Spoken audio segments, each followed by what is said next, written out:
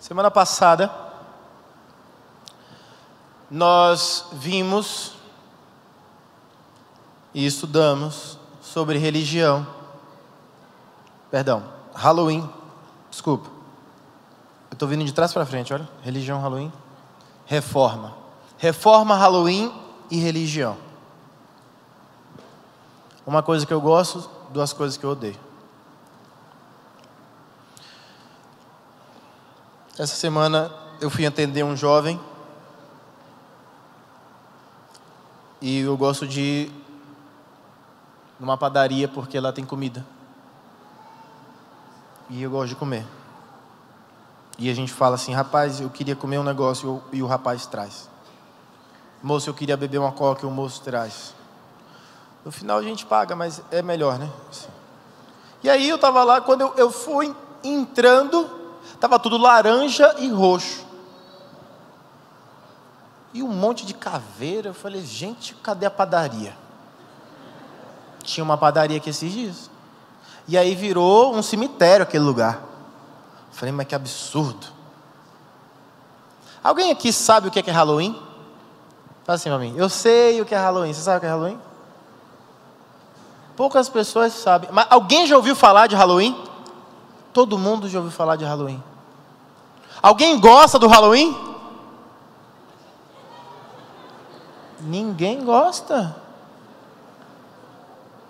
Tem certeza? Vocês estão com vergonha de passar vergonha? Você gosta, Jax? Não? Você não gosta. Você está solteiro ainda, né, Jax? Marlo. Cara, esse Marlo, ele atrapalha o culto.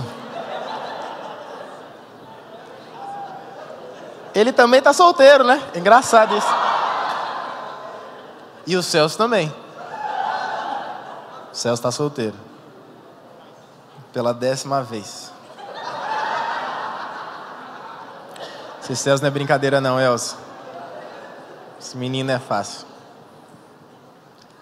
Ontem eu fui ao salão. Foi ontem que a gente... Cadê o Thiago? O Thiago está aí? Thiago Rodrigues. Foi ontem que a gente estava no salão junto? Foi ontem. Ontem eu fui raspar minha cabeça. E você vê que eu tenho um buraco aqui? Que bom, então. Eu estava numa guerra uma vez, quando eu era soldado.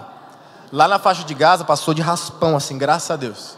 Estou vivo aqui para contar o testemunho mentiroso.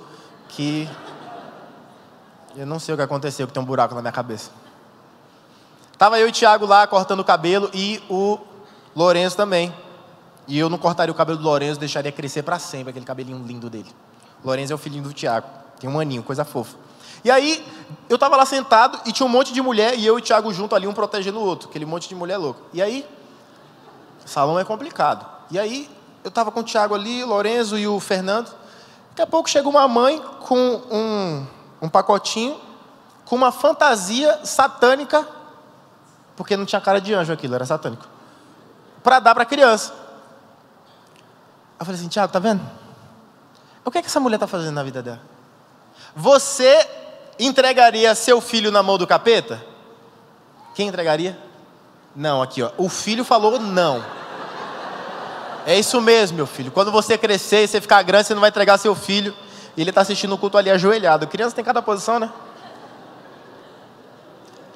Eu não entregaria o Levi na mão do capeta nem a porrete. Mas olha. E eu fico me perguntando por que as pessoas aqui no Brasil estão entregando os filhos para o diabo de graça. Maqueia o rosto do menininho de quê? De morte. De satanazinho. Olha que satanazinho bonitinho. Você viu o Satanás de verdade, você não ia falar satanazinho de bonitinho. Pinta de morte. Quantos aqui amam a morte? Poucos. Ninguém ama a morte, né? E por que pinta a cara de morte? Eu não entendo. Não dá para entender o que eu sinto por você, Ará. Não dá. Eu fico sem entender algumas coisas. Por quê? Algumas coisas na vida, elas são lógicas, certo, Celso? Você que é engenheiro, você sabe disso. Tem muita coisa que é lógica. Se você não gosta de uma coisa, você não compactua com aquilo, não é, Tati? Tati está solteira também. E a Bruna também. Aquela menina que fez 24 anos. Bichona. Então, eu não entendo por quê.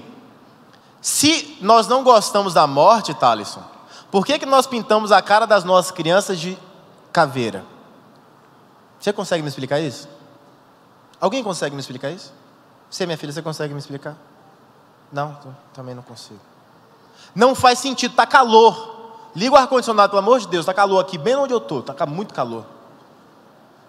Resolve aí, pelo amor de Deus, vocês aí da produção. Está muito quente. Está começando a grudar minhas coxas aqui dentro da minha calça. Está muito quente. Ó, o sovaco está escorrendo. Eu fico sem entender, Diego, por que as pessoas pegam uma cultura ridícula e trazem para o Brasil e dizem que é legal. O que eu menos entendo é pessoas como nós, que fomos tirados do lamaçal do pecado e do inferno e da morte, compactuarem com isso. Hoje eu vi uma igreja que eu sigo no Instagram nos Estados Unidos.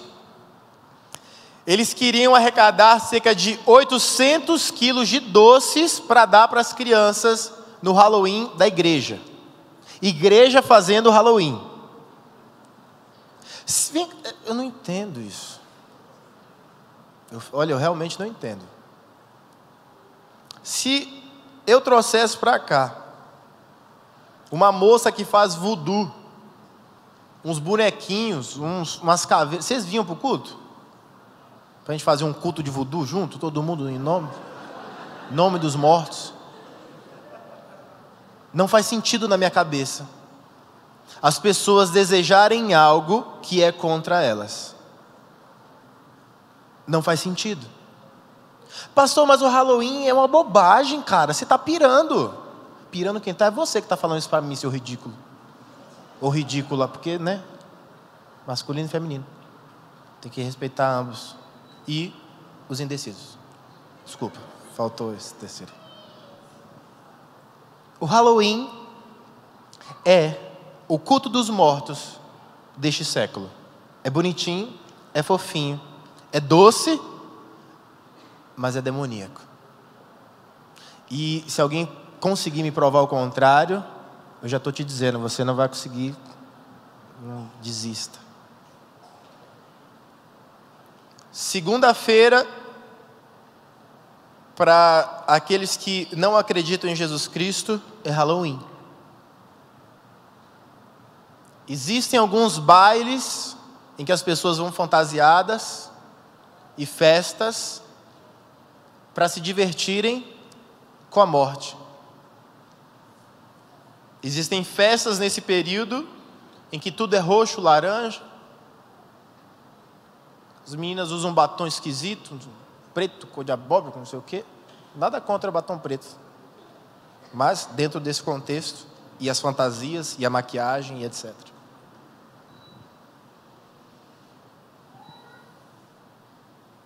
Eu não consigo entender. Uma pessoa que foi ressuscitada querer voltar para a morte. Tudo é espiritual. E olha, eu não sou esse tipo de pessoa super espiritualista e vejo anjo. Eu nunca vi anjo. Nunca vi demônio também, graças a Deus. Mal eu vejo as pessoas. E tem gente que eu quero até errar assim. Sai da minha frente. Corintiano e vascaíno. Não entendi? Fala na minha cara. Hoje foi um dia difícil para mim. O Flamengo estava ganhando.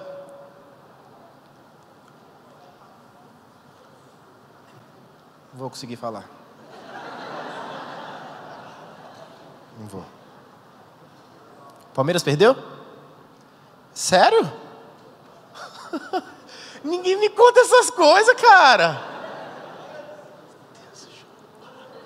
Elcio, desculpa, tá? Não é pessoal. Eu sei que você é palmeirense, mas e você também, tá? Mas graças a Deus. Nossa, que alegria. Acho que até que eu vou mudar o rumo da mensagem. Mentira.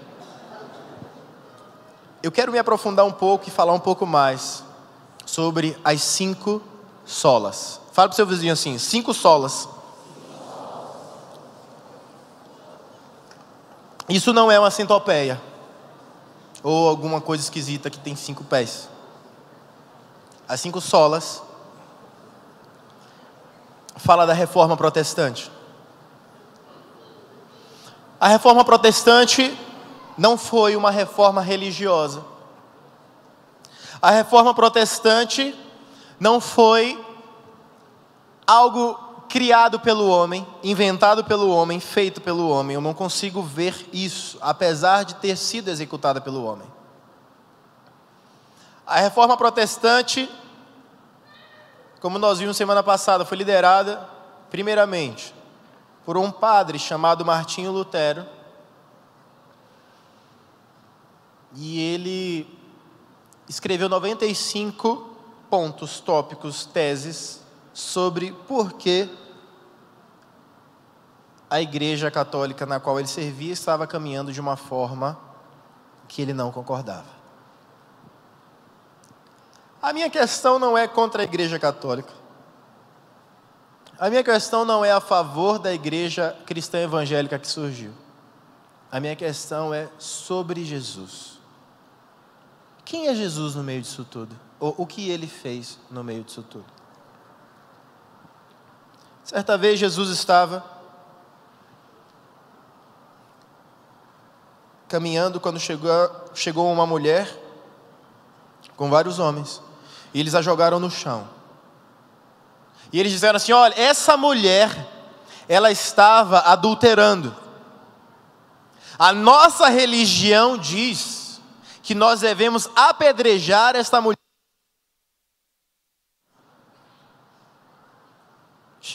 Voltou. Está repreendido, Satanás.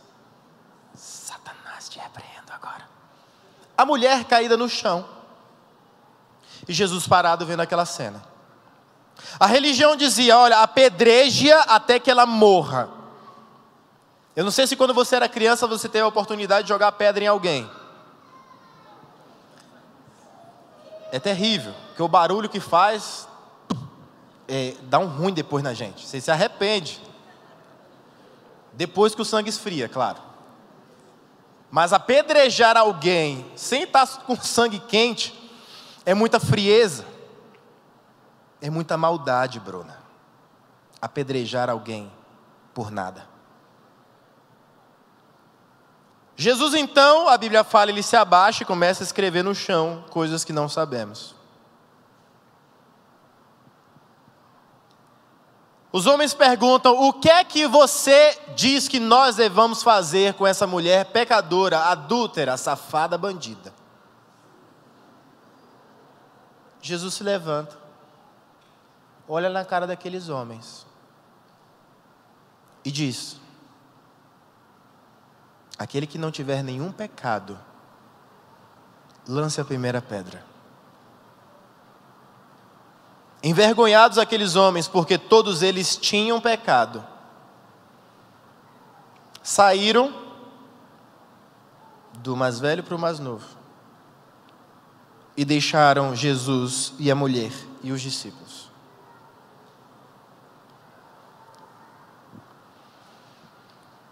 A religião, ela traz as pessoas apedrejadas, apedreja as pessoas, maltrata as pessoas em nome de algo que elas mesmas criaram. Jesus aparece na cena, encontra as pessoas apedrejadas e pega-as nos seus braços e diz: vá em paz, eu também não tenho nada para te dizer. Eu não tenho pedra para jogar e não tenho nada para te condenar. Jesus é maior do que a religião. A religião, ela coloca limites para você ir e vir. Jesus diz, através dos seus: posso todas as coisas naquele que me fortalece. Eu posso tudo. Mas nem tudo me convém. Eu posso fazer tudo, mas nem tudo me convém fazer. Quando eu era criança, eu lembro que eu ia jogar futebol e algumas pessoas me perguntavam: como que você diz que é crente e joga futebol? E eu não entendia aquilo. Eu não sabia que havia uma religião que se dizia cristã, e se diz até hoje, que impedia das pessoas de praticarem esportes. Não sei com qual argumento, porque bíblico não era. E eu dizia: mas o que uma coisa tem a ver com a outra? Jogar futebol é tão bom. Essas mesmas pessoas me perguntavam: quando você sai de férias, você vai à praia? E a resposta era: óbvio que vou. E as pessoas diziam: e você vai para o céu indo para a praia? E eu perguntava: você é idiota? Porque não fazia sentido na minha pequena cabeça. Minha cabeça cresceu e continua sem fazer sentido. Eles diziam: como você vai à praia? E eu falo: dependendo de quem esteja comigo, vou pelado. E eu ia pelado quando eu era criança para a praia. É uma maravilha. Vocês não entenderam. Ir para a praia pelado é uma bênção que Deus nos deu. Não precisa ir na praia de nudismo para aproveitar isso.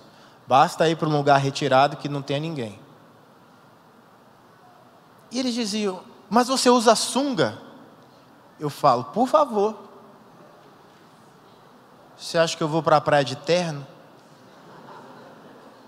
Com gravata, cheio de unção, para nadar no mar? Não faz sentido.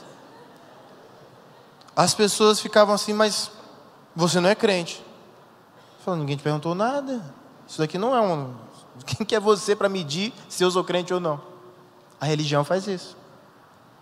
A religião diz quem entra ou não no céu que é de Deus. A religião mede pelas obras que você faz, se você é ou não pertencente a Deus. Como se o que eu fizesse dissesse: sou de Deus, não sou de Deus. Óbvio que as atitudes revelam o caráter que temos. Isso é óbvio. Se temos o caráter de Cristo ou se temos um caráter religioso. Quando eu aproveitava a minha praia, pelado, com sunga ou do jeito que desce, as pessoas falavam: você veste roupas indecentes para ir à praia. E eu me perguntava: o que é roupa decente para ir à praia? Naquela época eu não sabia da existência da burca. Um dia eu e Rebeca fomos à praia e Rebeca estava usando maiô e um shortinho. Só estava a gente. Era uma ilha deserta, tipo aquela música. De repente aparece um casal. A mulher estava vestida de burca para mergulho. Imagina uma burca para mergulho. Pensa uma roupa de mergulhador, só que burca. E o cara de bermuda sem camisa. Falei: Rebeca, olha que coisa injusta. A mulher está lá, até ninja. E o cara peladão, velho. Aí eu falei para ela: isso é religião. Eu não quero viver isso na minha vida.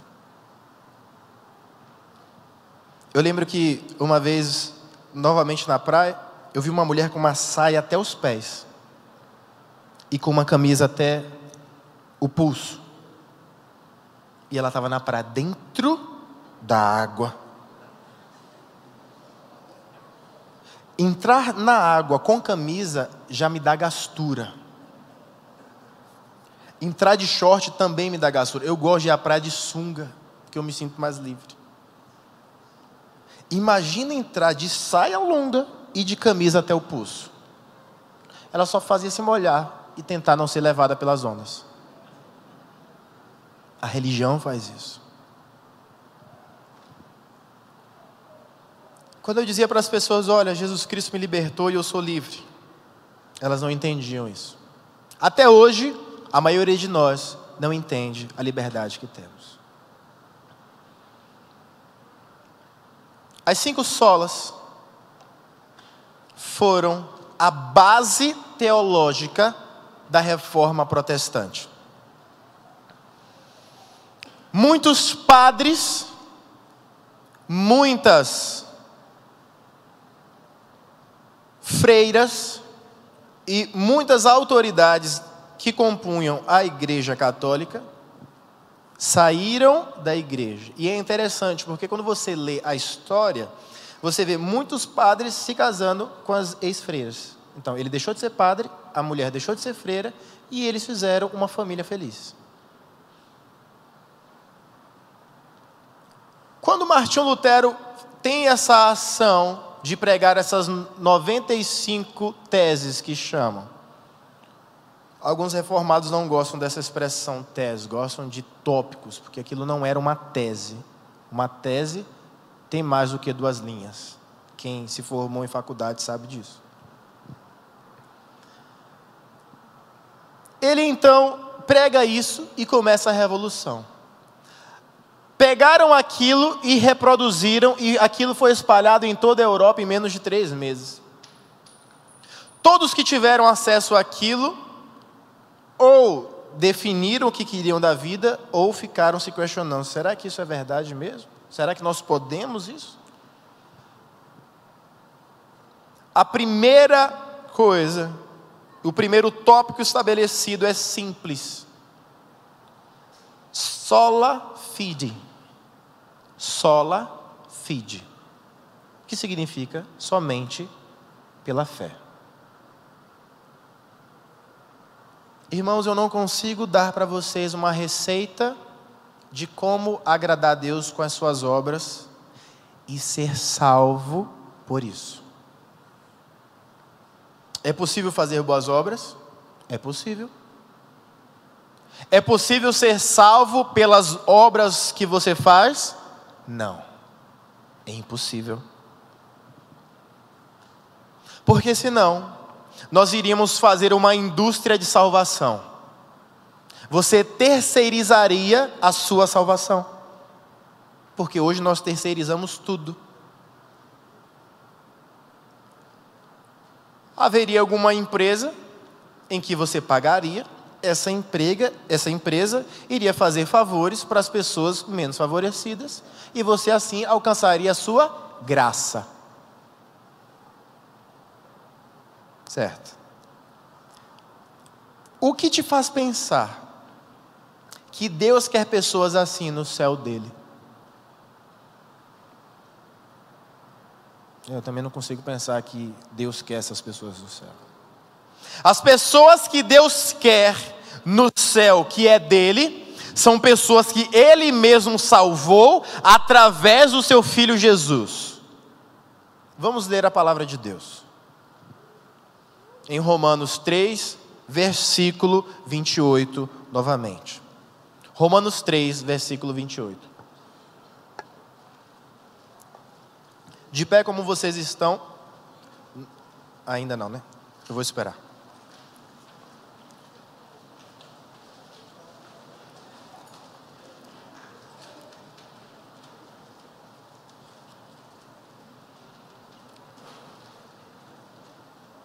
Romanos 3, versículo 28.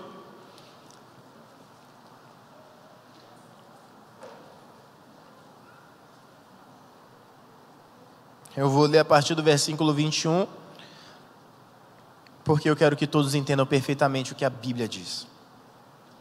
Mas agora, isso é o apóstolo Paulo falando, mas agora sem lei, se manifestou a justiça de Deus, testemunhada pela lei e pelos profetas. Justiça de Deus mediante a fé em Jesus Cristo, para todos e sobre todos os que creem, porque não há distinção. Pois todos pecaram, repita comigo, todos pecaram e carecem da glória de Deus. Obrigado. Sendo justificados gratuitamente, preste atenção, sendo justificados gratuitamente, por sua graça, mediante a redenção que há em Cristo Jesus, a quem Deus propôs no seu sangue, como propiciação, mediante a fé, para manifestar a sua justiça, por ter Deus, na sua tolerância, deixado impunes os pecados anteriormente cometidos, tendo em vista a manifestação da sua justiça no tempo presente, para ele mesmo ser justo e o justificador daquele que tem fé em Jesus. Onde, pois, está a jactância? Foi de todo excluída. Por que lei? Das obras? Não. Pelo contrário, pela lei da fé. Concluímos, pois, que o homem é justificado pela fé, independentemente das obras da lei. É porventura Deus somente dos judeus? Não. O é também dos gentios? Sim, também dos gentios. Visto que Deus é um só, o qual justificará por fé o circunciso e mediante a fé o incircunciso. Anulamos, pois, a lei pela fé? Não, de maneira nenhuma. Antes, confirmamos a lei. Podeis assentar.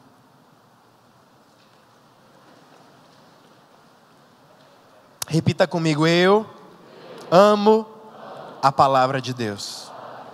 A palavra de Deus, ela é libertadora. Ela é maravilhosa. E ela é incontestável. Apenas quem não acredita na palavra de Deus contesta a palavra de Deus. Todos aqueles que acreditam em Deus e na sua palavra entendem que a palavra de Deus é incontestável.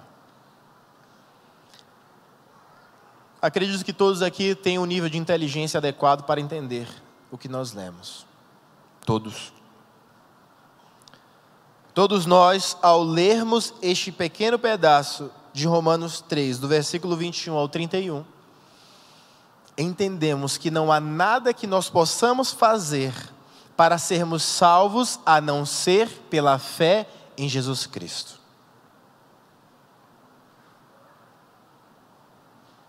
Sola Escritura. Somente a Escritura.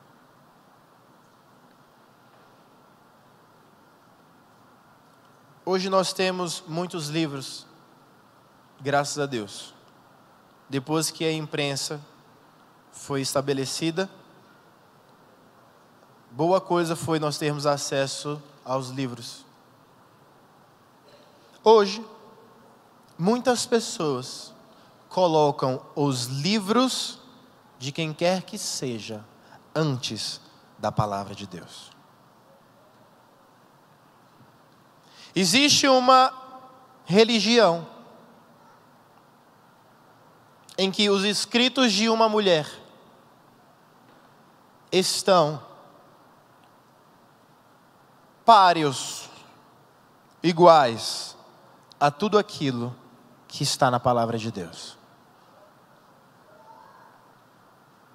Existe uma religião em que a palavra do seu líder vale tanto quanto ou mais do que aquilo que está na Bíblia. Existem religiões que usam a Bíblia para se tornarem seitas. Se nós acreditamos apenas na Bíblia como firme fundamento da nossa fé e vida, entendemos que qualquer livro que venhamos a ler, tendo estes sido escritos por pessoas que dizem servir ao nosso Deus, eles devem vir, obviamente, em concordância com tudo aquilo que está previamente escrito na Bíblia. Se qualquer livro lido por você tem conflitos gritantes ou não gritantes com o que a palavra de Deus diz, este livro é apenas uma ficção. Ele não é algo que se torne um alimento espiritual ou que venha contribuir e corroborar com a sua fé. Fuja disso. Esse foi um outro tópico defendido por aqueles que estavam fazendo a reforma protestante. Por quê? Porque a palavra do líder da igreja que o ex-padre Martinho Lutero saiu era maior do que aquilo que estava na Bíblia. Eu não sei se algum de vocês já assistiu um filme chamado, não é A Lenda, não, com aquele negão que era cego. O Livro de Eli. Vocês já assistiram esse filme? Qual era aquele livro? Alguém lembra o que o cara estava tentando pegar naquele livro? Vocês lembram que tinha um cara que buscava insistentemente por aquele livro? Vocês sabem o que ele queria com aquele livro? Vocês lembram disso? Ele queria manipular a todos através da Bíblia. É muito interessante esse filme, eu sempre me emociono muito, eu choro de verdade, porque nós somos tão incompetentes, eu falo isso sem medo de errar, todos nós somos. Limitados, fracos. Porque nós não respeitamos a palavra de Deus. E é interessante porque aquele homem no filme, e óbvio, aquilo é um filme, mas tem uma mensagem muito valiosa para mim. Ele tinha uma Bíblia em braille, mas toda a Bíblia estava gravada na sua cabeça. Então, quando as pessoas que o encontram e que estão reescrevendo os livros e pondo em ordem tudo aquilo que os seres humanos já tinham escrito, chega então ele e ele fala assim, começa a anotar porque está tudo na minha cabeça. E ele começa: no princípio criou Deus os céus e a terra. O primeiro versículo da Bíblia. Eu não acredito que você deva gravar todas as palavras da Bíblia, mas eu acredito que você deva gravar toda a essência da Bíblia. Se a essência da Bíblia não estiver em você, e você não faz questão de ter a essência da Bíblia em você, o que você está comunicando é: Deus, o Senhor é uma pessoa legal, mas eu não estou nem aí para o que o Senhor fala, porque isso é o que Deus fala. Se qualquer pessoa fala algo que está fora do que a Bíblia diz, essa palavra não é verdade. Se qualquer profecia, e eu preciso te dizer que eu acredito nisso, se qualquer profecia não está de acordo com a Bíblia ou com o bom senso, que seja, é apenas uma profetada. E entre uma profecia qualquer e o que já está na Bíblia, a Bíblia. Eu não corro risco. A Bíblia foi escrita por homens inspirados por Deus. E você não sabe, ou talvez saiba, o trabalho que deu para que nós hoje tivéssemos a Bíblia em nossas mãos. Então, sim, apenas na Bíblia nós encontramos tudo o que precisamos. Solos Christus.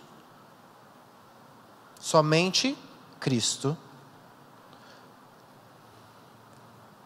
Elcio, cadê Elcio? Fique de pé, por favor, meu filho. Elcio é um homem de Deus, casado com a Cris, uma mulher de Deus.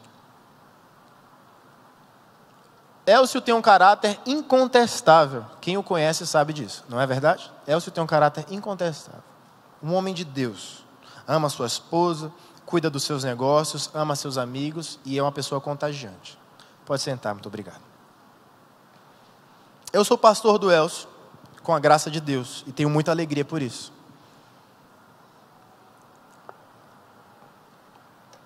O Elcio, ele não foi sempre salvo.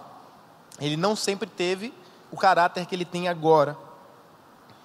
E ele não sempre teve o entendimento que ele tem da palavra de Deus.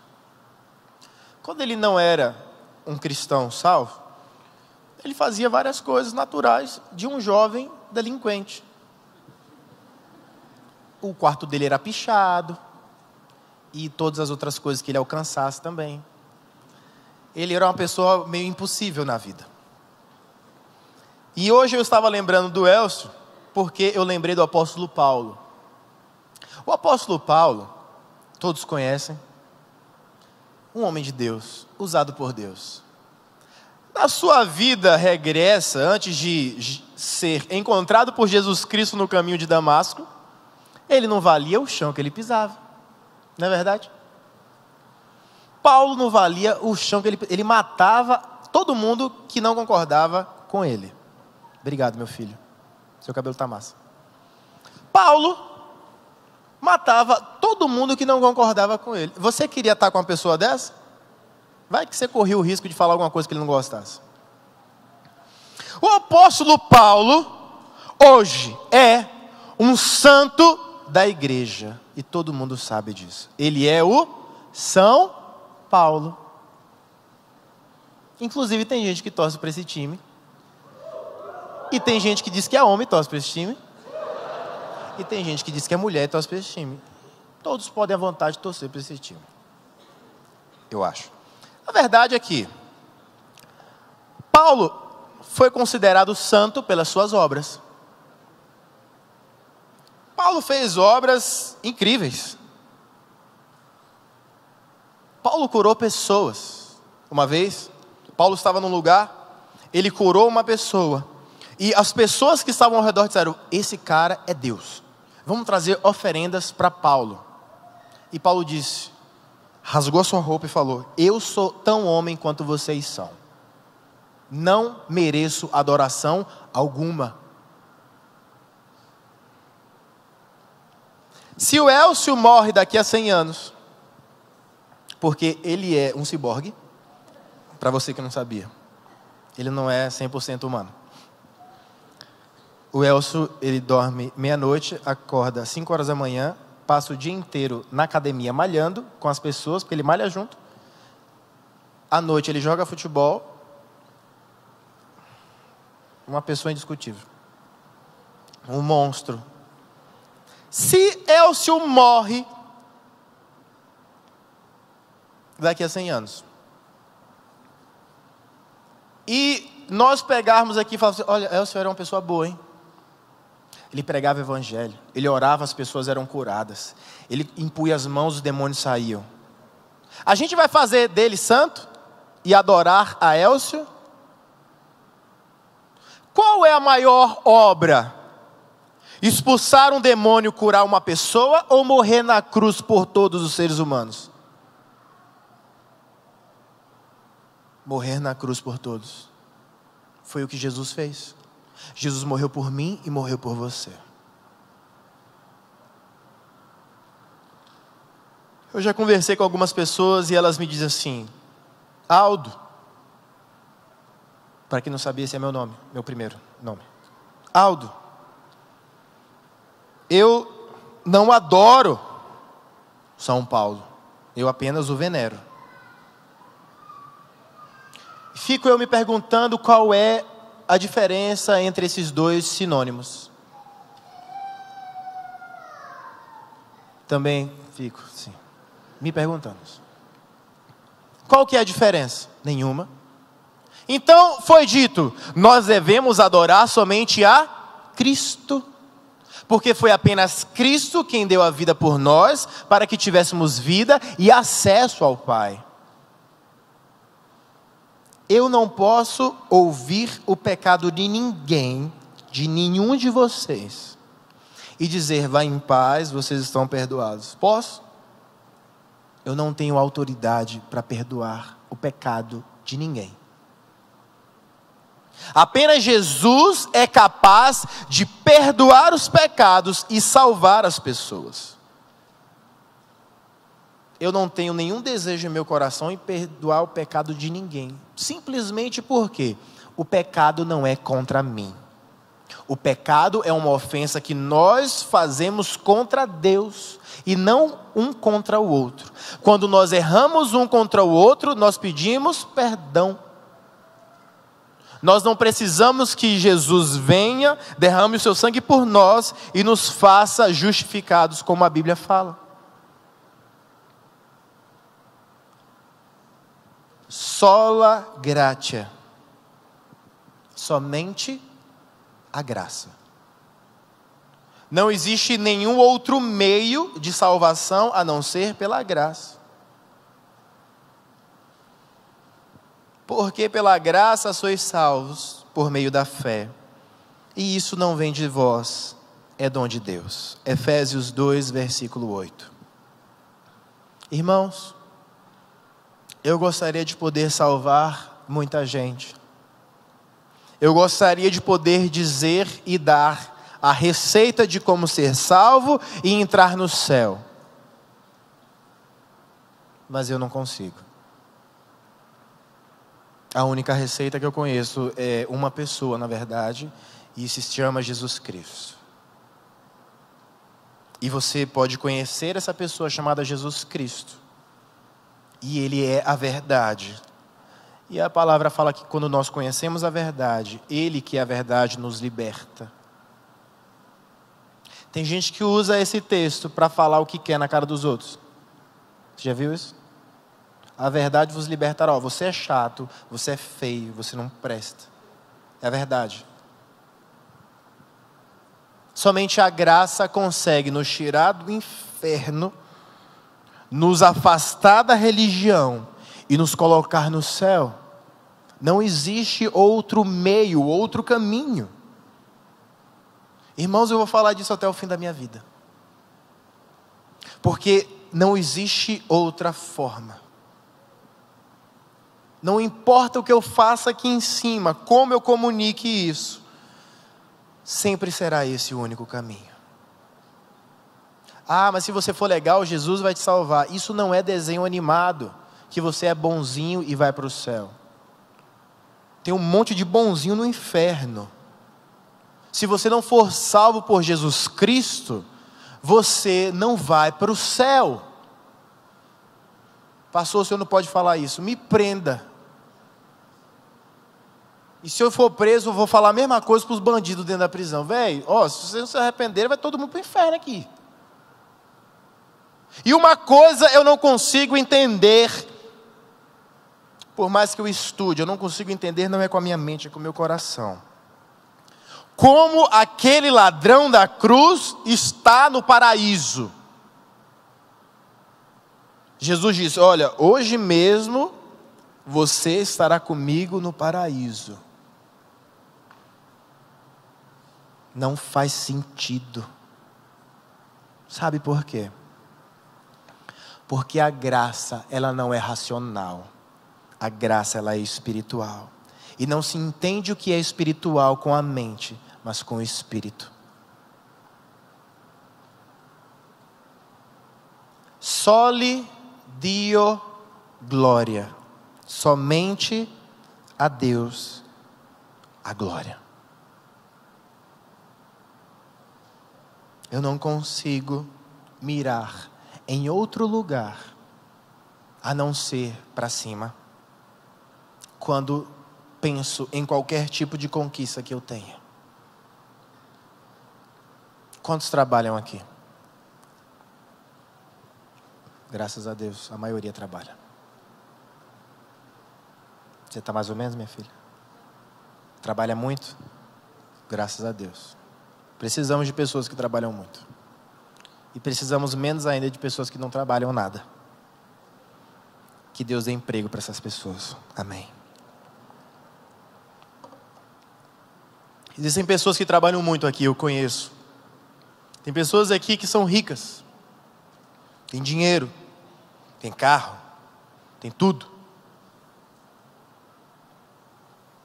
Se você foi alcançado pela graça e entendeu que Jesus Cristo te salvou, e fala que você conquistou tudo com o suor do seu esforço, do seu braço que seja, você não entendeu quem é Deus. Eu queria passar um vídeo, mas eu não consegui mandar o link. Eu gosto de ficar vendo no Facebook, que ele se tornou um Orkut mais legal agora. Tem até GIF. Não sei se você já viu esse negócio. Estava vendo um vídeo essa semana. Eu salvei, mas não estou achando. Vocês sabiam que dá para salvar as coisas agora no Facebook? Tem uma setinha assim, ó. Aí você clica ali e fala assim, ó, salvar vídeo, salvar coisa. Eu vou salvando um monte de coisa. E depois não vejo. Eu tenho esse problema. Eu salvo, acho legal. Ou às vezes é de madrugada, a Rebeca está dormindo. E eu não sei onde está o fone de ouvido. Não dá para ouvir, salvo. No outro dia pergunta se eu vejo. Mas eu vi um vídeo. Você também já deve ter visto vídeos assim. De pessoas que vão atravessar a rua e de repente passa o ônibus e a pessoa fala assim, ah, meu Deus. Tinha um cara que estava na calçada e ele viu o carro vindo, o carro bateu no muro, bateu na calçada, e ele fez assim e não aconteceu nada com ele. Você já viu uns vídeos assim? Que é tipo meio Faustão assim. Não assistam Faustão, pelo amor de Deus. Senão eu vou ficar triste com você. No momento que Faustão está passando, o culto está acontecendo. Então venha para o culto. Deixa aquele moço lá em paz. E eu estava vendo esses vídeos e estava pensando como a graça de Deus é maravilhosa. A graça de Deus alcança pessoas que elas nem sabem que foi a graça de Deus. Porque os livramentos que tem naqueles vídeos são coisas assim incríveis. Tem um vídeo antigo já, de um cara que está numa moto muito rápido, ele bate no fundo do carro, dá uma cambalhota e cai em cima do carro assim. Vocês já viram esse vídeo? É incrível aquilo, né? Aquilo é o que? É sorte? Lá na Bahia fala assim, é uma cagada. Aquilo é a graça de Deus. As pessoas nem sabem, mas aquilo é a graça de Deus. A oportunidade que nós temos todos os dias de viver é para entendermos quem Deus é. E tudo o que fazemos devemos o louvor e a glória apenas para Deus. Eu não mereço glória alguma. Eu mereço respeito, que todo mundo merece. Eu mereço amor, carinho, alguns presentes de vez em quando. Mas não glória. E eu não aceito glória. Porque no dia que eu aceitar glória, a minha ligação com Deus acaba. Porque eu recebi o que é dele. A reforma protestante aconteceu em 1517. Se você sabe contar, ano que vem serão 500 anos de reforma protestante. A reforma protestante teve como produto duas linhas de pensamento teológicos: os arminianos e os calvinistas. E você talvez diga, pastor, qual que é a sua linha? Uma vez eu estava conversando com um professor meu, um homem muito inteligente, doutor. E nós íamos fazer um churrasco da turma e faltou não sei o que, nós fomos comprar no supermercado, eu e ele. E eu falei para ele assim, pastor, ele era pastor, eu tenho um negócio comigo. A gente estuda o calvinismo e o arminianismo e muitos dos meus colegas tomam uma posição, mas eu não tenho posição nenhuma. Aí ele falou, Aldo, só tem nós dois aqui no carro, eu também não tenho posição nenhuma não. Eu falei assim, olha, já vai fazer 500 anos de reforma e a gente ainda está vivendo isso. Não é possível que a gente não consiga desenvolver, evoluir, crescer. Ele falou, faça essa mesma pergunta, Aldo. Por que você não faz uma pesquisa em relação a isso? Eu falei, mas vai dar trabalho. Eu nem me formei ainda, professor, pelo amor de Deus. gosto de algumas coisas de Armínio, era um homem de Deus. Gosto de algumas coisas de Calvino, era um homem de Deus. Mas eu gosto de todas as coisas de Jesus, ele era Deus.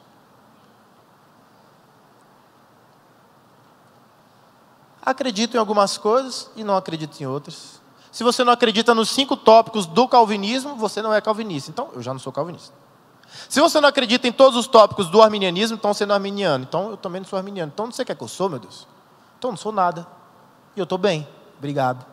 Estou tranquilo. Estou sussu. Eu vivi num ambiente que a disputa teológica era maior do que a disputa pelo amor de Deus, pela pregação do Evangelho e para que as pessoas fossem alcançadas por este amor. Se você gosta de teologia, primeiro aprenda o que é amor. Porque no dia que a teologia roubar o amor do seu coração, você falhou miseravelmente. Não diga que conhece a Deus se você não conhece o amor. Não julgue as pessoas pela teologia que elas acreditam, mas não julgue. Fique calado, fique na sua. Quando eu entendi que o céu é de Deus, eu descobri que não importa a teologia que você tenha, se você não amar a Deus sobre todas as coisas e o próximo como a ti mesmo, você está fora.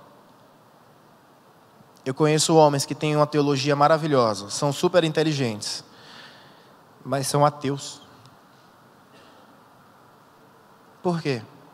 Alguns conceitos teológicos são conceitos. Falo isso porque sou teólogo. Não sou um aventureiro. Passei 4 anos, muito mais de 4 anos, 6 anos, numa sala de teologia, com diversos tipos de pessoas, de várias idades, e muitas situações. Uma situação dolorosa foi a perda de um colega nosso. Amava muito ele. Um homem forte, tipo o Guilherme, grande. Ele era lutador de jiu-jitsu também. Um dia recebemos a notícia que ele havia se suicidado. Aquilo foi um choque para nós.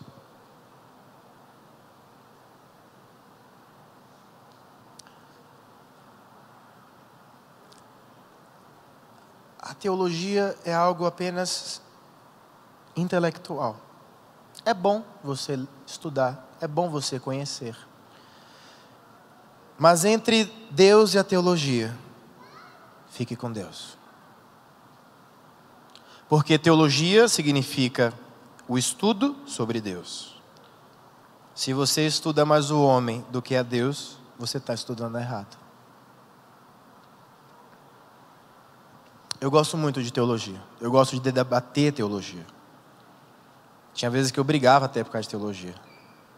Mas hoje, eu sigo o que Deus é. Deus prefere relacionamentos e não conceitos. E eu prefiro relacionamentos. Abro mão de toda a minha teologia para manter relacionamentos. Porque tudo o que Deus quer com você é ter um relacionamento. Deus não quer saber no que você acredita ou pensa, mas se você se relaciona com Ele ou não. E este relacionamento vai dizer o que você pensa ou não.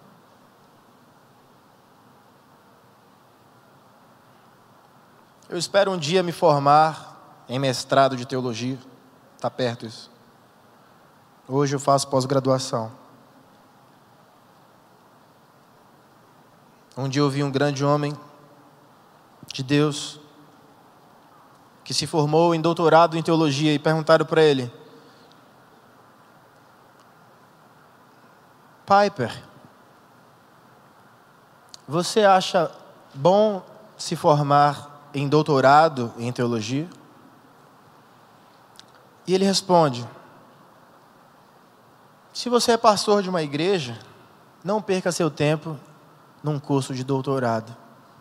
Vá cuidar das ovelhas que Deus te deu.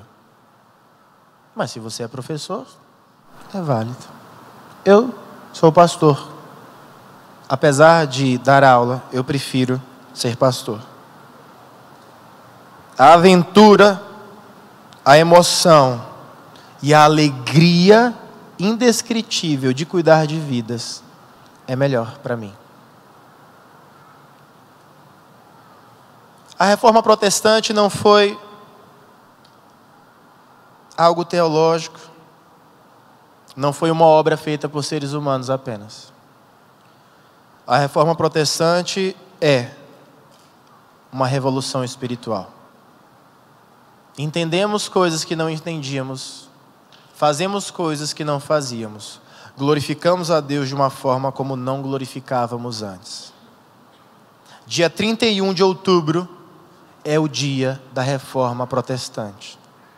É o dia onde eu e você ganhamos a liberdade a isso. O culto público que não seja ligado a uma única instituição, mas que seja ligada diretamente a Deus. O culto que nós fazemos, ele é estritamente para Deus. Nós viemos aqui para prestar culto a Deus. Eventualmente saímos abençoados, porque onde Deus está, há alegria, a cura, a regozijo, a restauração. Não se esqueça que dia 31 de outubro não é Halloween. Pode ser para quem não foi reformado. Nós fomos e somos reformados pelo Espírito Santo de Deus. Então, dia 31 é o nosso dia. O dia da reforma protestante. O Halloween que volte para o inferno. Porque eu tenho certeza que foi de lá que ele veio. Não compactue com o Halloween de forma alguma. Não permita que os seus filhos se envolvam nisso. Se você tem sobrinhos ou coisas do tipo, converse com os pais. E não tente agredi-los, porque você vai se tornar mais um religioso xarope. E o mundo não precisa disso. O mundo precisa de pessoas que tenham amor nas palavras e sabedoria, e não dureza. Nós já saímos disso. Estamos vivendo em um outro patamar de vida, em que o amor é a primeira coisa, e o resto é o resto. Vamos ficar de pé.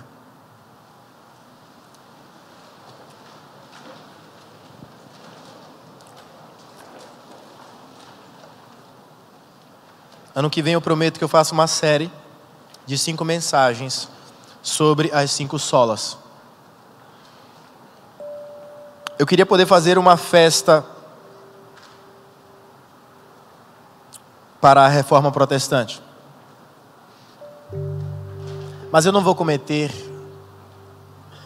a mesma falha daqueles que vieram antes de mim. Fazer festas com contextos diferentes para pagar aquela data. Nós vamos viver com essa data, sabendo que no dia 31 de outubro não é o Halloween, é a reforma protestante. Nós somos inteligentes. Não precisamos da linguagem de pão e circo para entender que a obra que o Senhor fez na cruz é muito maior do que qualquer outra coisa. Vamos orar. Deus, tudo é para o Senhor. A fé, as Escrituras, a graça, tudo é para o Senhor, porque tudo vem do Senhor. A fé, a graça, as Escrituras, tudo vem do Senhor. Deus, abre o nosso entendimento para conhecermos o Senhor. Não nos deixe, Senhor, nos misturarmos com o que está acontecendo no mundo agora. Que possamos ter no nosso coração que é melhor estar ao seu lado do que ser legal para as pessoas. É melhor estar ao teu lado do que participar de festividades que cultuam os mortos. Deus, se alguém cultua os mortos, é porque não entendeu o Deus vivo que nós servimos. o Senhor Jesus poderoso, que vive em glória e que está presente agora.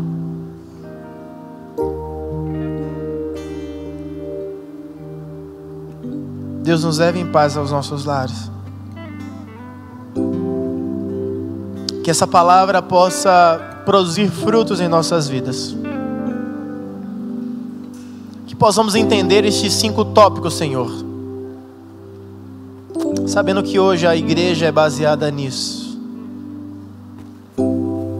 Deus, não existe outro caminho a não ser Jesus Cristo, e entendemos isso.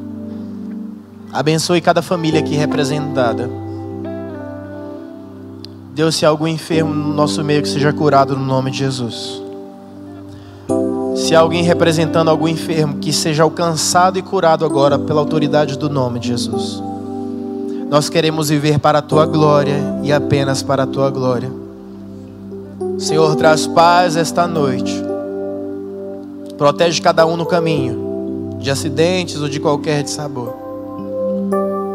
Nos faça entender que é preciso nos mantermos em santidade para vermos o Senhor, porque a Tua palavra fala isso. Encerramos este culto sabendo que o Senhor é por nós. E se Deus é por nós, quem será contra nós? É no nome de Jesus, Teu Filho, que eu oro. Amém, amém, amém. Deus te abençoe. Sábado que vem eu te encontro aqui.